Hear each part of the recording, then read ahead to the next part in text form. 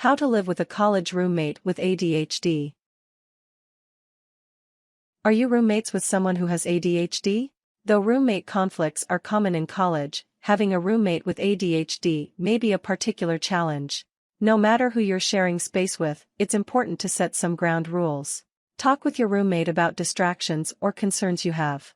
Seek advice if things get worse. Be aware of the signs and symptoms of ADHD to understand your roommate better. Method 1: Sharing space. 1. Talk with your roommate about how to share space. When you are rooming with someone, it is important to separate shared spaces from private spaces. Shared spaces requires maintenance by both you and your roommate. Set guidelines on how to maintain those spaces. Discuss rules or policies for how to maintain your separate areas and common areas. Focus on how to respect each other's privacy. Each of you should ask permission to enter the other's personal or study space. Consider saying, "I'm hoping we can get to know each other's habits a bit better. What do you think about making some roommate ground rules?" 2. Keep common areas organized. Consider making a chart of the guidelines for how to keep things organized. Discuss this early on to avoid future headache. Understand that you both may have different approaches to organization. Identify what compromises you can make and what are your deal breakers. Consider making a list of which chores each of you will do in the common areas. Decide how often and when to complete these chores. Make the organization rules in writing. Post them in a common space to avoid any miscommunication about what needs to be done. For example, if you and your roommate have agreed to alternate cleaning the kitchen, then it might be helpful to create a schedule of who does it which weeks and to include a list of tasks that each of you needs to do when you are cleaning the kitchen, such as clean sink, wash dishes, clean out fridge, etc. 3. Limit distractions to you and your roommate. If one of you is studying or sleeping, be mindful of distractions. If your roommate has ADHD, then they may be less self-aware about how they are being a distraction. Also consider what you're doing as a possible distraction for them. Here are some types of distractions when someone is stressed, trying to relax, sleeping, or studying. Loud music, loud TV or video games, having a lot of people, interrupting frequently to talk about petty things, talking loudly on the phone, getting into an argument with someone else, on the phone or in person, having your significant other or friend over and taking over the common areas often. 4. Be polite when discussing concerns about their behavior. Be assertive and polite when your roommate is doing something annoying. Your roommate may have a different perspective on the situation. The point is not to determine who is right and who is wrong. Instead, it is about making your concerns known in a respectful and open way. Be flexible that discussing behavior may not change overnight. It also may require compromise at times. Take this time to discuss different approaches to privacy, organization, distractions, and cleaning. Learn about your roommate's perspective. Treat them as you would like to be treated. Consider saying, "I know that doing school work can be stressful, but can we talk about the noise level when you're working?"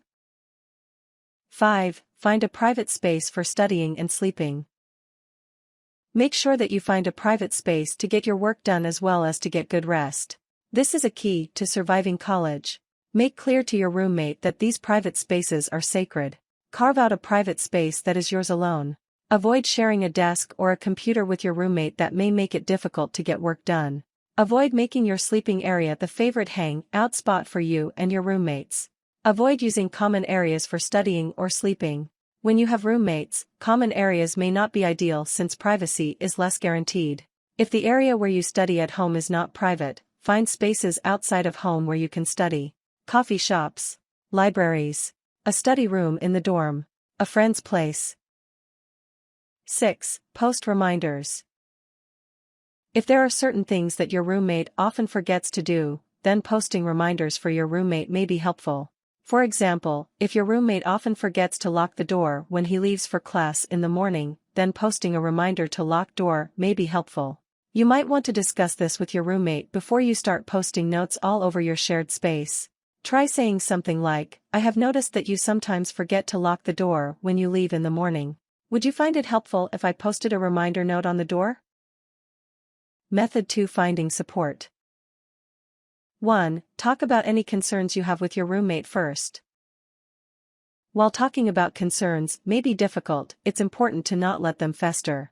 Avoid being passive-aggressive or rude with your roommate. Talk with them openly before talking about them with other people. Focus on one issue at a time.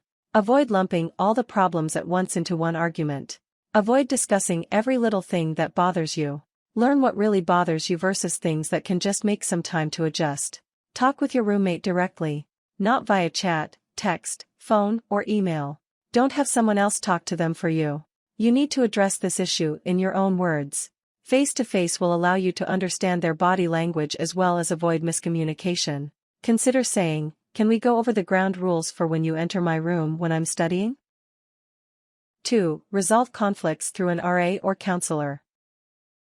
If you do not feel comfortable with talking directly with your roommate, discuss your concerns with the RA or another counselor. Residence hall staff are trained to handle roommate conflicts. A counselor or RA can act as a mediator and help to de-escalate the situation if needed. If you do not have a RA where you're living, talk with the college's counseling center.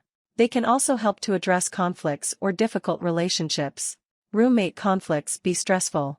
There are many people on campus who have expertise on how to help.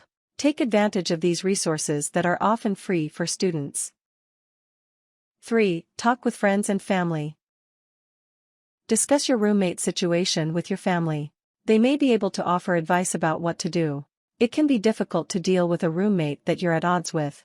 Getting support for yourself will help you to avoid anger or resentment against your roommate. Your parents may offer advice about how to handle sharing space effectively. Support during a stressful relationship with your roommate will help you stay calmer and focus on the good things. 4. Address medication concerns.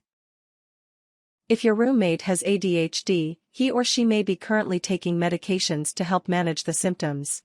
Medication must be taken regularly to be effective.